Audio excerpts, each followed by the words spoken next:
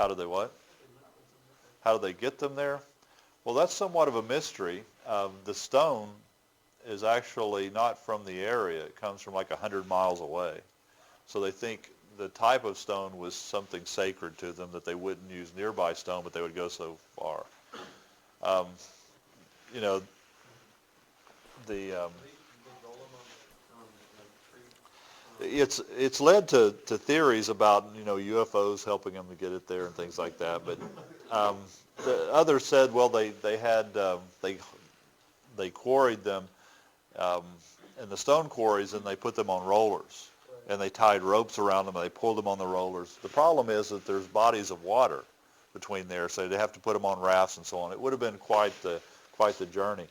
A few years ago, I saw an article where they were talking about that they could have got the stones from the quarry to this site, traveling primarily by water. It would have been a longer trip. So I think that may be what they're dealing with now, is they put them on boats and just sailed them around to the edge of the Salisbury Plain.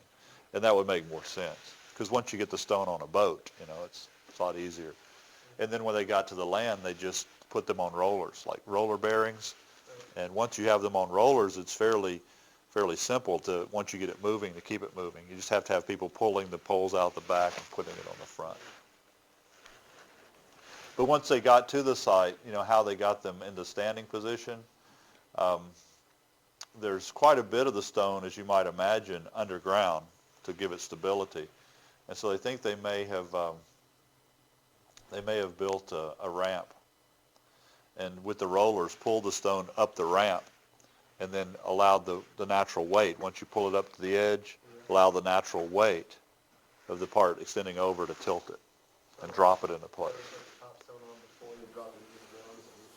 Well, to get the top stones on, they could have built another ramp. They could have used block and tackle with the pulleys and the levers and all that, and sure, they could have done that too. But a lot of times they could use dirt ramps. If you imagine a ramp here, you know, getting this large, heavy stone from here to here seems like quite a task, but if you put a long ramp of dirt here that goes out, you know, a quarter of a mile, which is very low grade, it takes time to put all the dirt there and take it away, but then it seems a lot easier just to roll it up that ramp till you get to the top. So they may have used dirt ramps. But the easiest explanation, they just had UFOs come in and beam it up, you know, that works too.